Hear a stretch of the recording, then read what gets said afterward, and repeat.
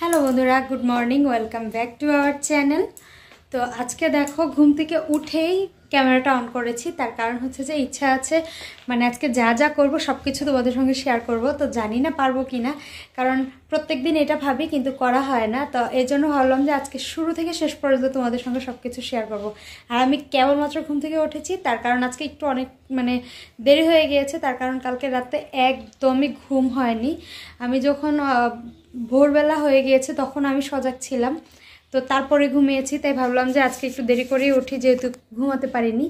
তো আমি কেবল উঠলাম। তো চলো আগে কাজ শুরু করি, তারপর তোমাদের সঙ্গে কথা হচ্ছে।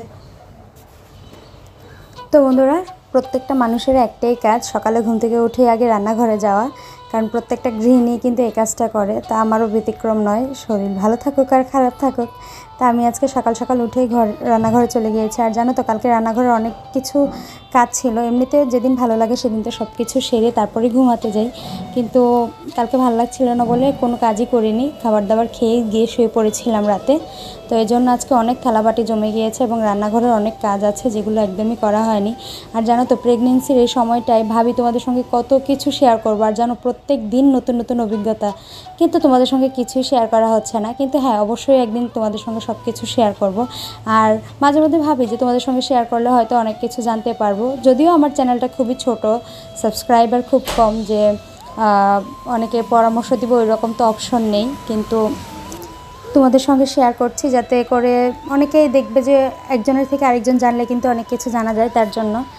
আর আমার তো এটা দ্বিতীয় প্রেগনেন্সি। তো আমার প্রথম এবং দ্বিতীয় প্রেগনেন্সিতে অনেক অনেক অনেক পার্থক্য, যেটা এখন ফেস করছি। আর হ্যাঁ, শুরুর দিক দিয়ে এতটা অসুবিধা বা কষ্ট ছিল না, যেটা এখন ফেস করছি আর কি। তো যাই হোক, সকালবেলা দেখো ঘরটা পরিষ্কার করে নিচ্ছিলাম। আর সকালবেলার রান্নাঘরে কিন্তু অনেকটাই বাসি কাজ থাকে। তো আমি এদিকে রান্নাঘরটা পরিষ্কার করে নিচ্ছিলাম। আর এই চুলাটা দেখো, এখানে কিন্তু সিলিন্ডার আমার শেষ, গ্যাস শেষ, কিন্তু তারপরেও এই জায়গাটা পরিষ্কার করে নিই, নয়তো ধুলো কিন্তু ঠিকই জমে যায়। আর এদিকে দেখো, এখানে কারেন্টের চুলাটাও পরিষ্কার করে নিচ্ছিলাম। সকালে উঠে সবগুলো কাজ সেরে ফেললে কিন্তু পরবর্তীতে আর কাজই থাকে না, তাই না? তখন বসে বসেই সময়টা কাটানো যায়। তো দেখো, এখানে আজকেও কারেন্টের চুলাতেই রান্না করব, তার জন্য এই জায়গাটাও পরিষ্কার করে নিচ্ছিলাম, যেহেতু সিলিন্ডার আনা হয়নি। আর জানো তো, যেখান থেকে আনি এখানে শুনেছি আগুন লেগেছে। তো সেক্ষেত্রে হয়তো 2-3 দিন আমার ঘরে সিলিন্ডার থাকবেও না। তো তার জন্য কারেন্টের চুলাতেই রান্না করছি।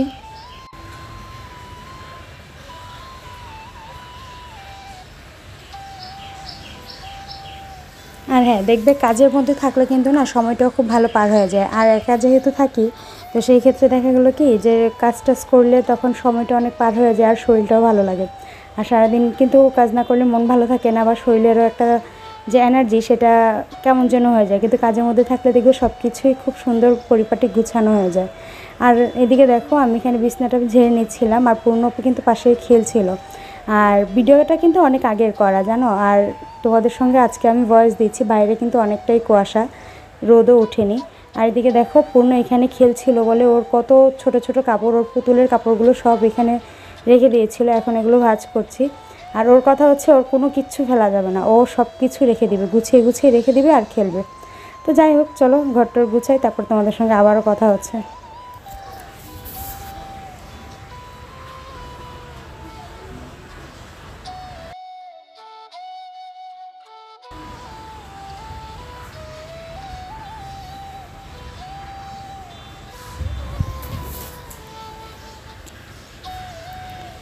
তো বন্ধুরা, এই দেখো, এখানে আমি আমার জন্য মুড়ি আর দুধ নিয়ে নিয়েছি। সকালে আজকে মুড়ি আর দুধই খাবো।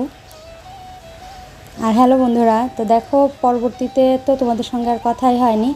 এখানে দেখো সন্ধ্যা হয়ে গিয়েছে, আর আজকে পূর্ণের বাবার পিকনিক ছিল, অফিসেই ছিল, মানে একটা অনুষ্ঠান ছিল আর কি পিকনিকে। তো সেক্ষেত্রে ওইখানে একটু অনুষ্ঠান হয়েছিল, ওইখানে যে খাবার দিয়েছে সেটাও খায়নি, বাসায় নিয়ে চলে এসেছে, কারণ ও বাইরের খাবারটা এত একটা পছন্দ করে না। আর এখানে দেখো টক, এটা আমি আমার জন্য করেছিলাম দুপুরে।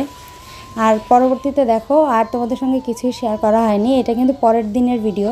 কারণ হয় কি, দেখো ক্যামেরা অন করি, কিন্তু কী যে ভিডিও করব বা কী করব ওই রকম একটা চিন্তা এইভাবে এখন আর করতেই পারি না।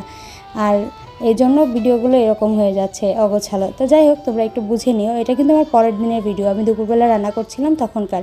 আর রান্না করছিলাম হচ্ছে লাউ চিংড়ি, গলদা চিংড়ি ছিল ঘরে, তো সেটা দিয়ে লাউ দিয়ে রান্না করে ফেলেছিলাম।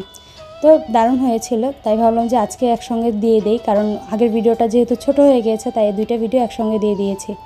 তো যাই হোক, যেটা বলছিলাম, পূর্ণের বাবা বাইরের খাবারটা তো খায় না, তার জন্য খাবারটা নিয়ে এসেছিলো এবং এটা গরম করে ওদের বাবা মেয়েকে দিয়ে দিয়েছিলাম।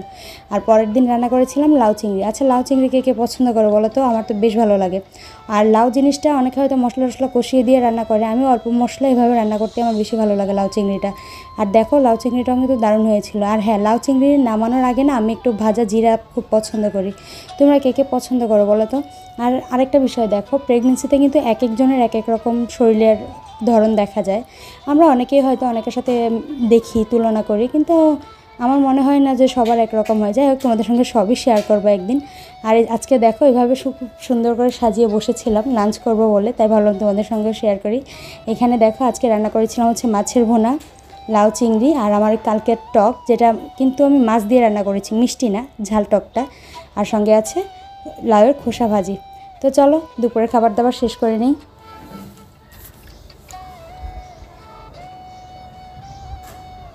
তো বন্ধুরা, দুপুরের খাবার দাবার খেয়ে তো ঘুমিয়ে পড়েছিলাম, আর এখন বসে বসে ফল খাচ্ছি। আর মাঝে মধ্যে খাই, সব সময় তো আর খেতে ভালো লাগে না। তো আজকে আমি ফলগুলো কাটছিলাম, আর পূর্ণের বাবা এসে বসেছে, তো সবাই মিলে সন্ধ্যাবেলা ফল খাচ্ছিলাম। আর আজকে জানো তো, ফল খাওয়ার পরে আমরা এক জায়গায় চলে গিয়েছিলাম, সেটা তোমাদের সঙ্গে অবশ্যই শেয়ার করবো। তো দেখো, এখানে পূর্ণ রেডি হয়ে গিয়েছে, আমিও রেডি হয়ে গিয়েছি। আর জানো তো, আমার এই জামাটা ছাড়া অন্যান্য কোনো জামাই এখন আর মানে পরতে ভালো লাগে না, কারণ খুব বেশি টাইট হয়ে গেলে কিন্তু জামা পরতে ইচ্ছা করে না প্রেগনেন্সিতে। আর এই যে দেখো, আমরা এখানে চলে এসেছি একটা অনুষ্ঠানে। অনুষ্ঠান বলতে আমার বোনের অ্যানিভার্সারি ছিল, তো সেখানে চলে এসেছি। সবাই ব্যস্ত, আর আমি বসে বসে ক্যামেরা অন করে ওদের ভিডিও করছিলাম, আর ওরা হাসছিল। আর এই যে এইদিকে দেখো, আমি বসে আছি। তো চলো, আজকে অনেক কথা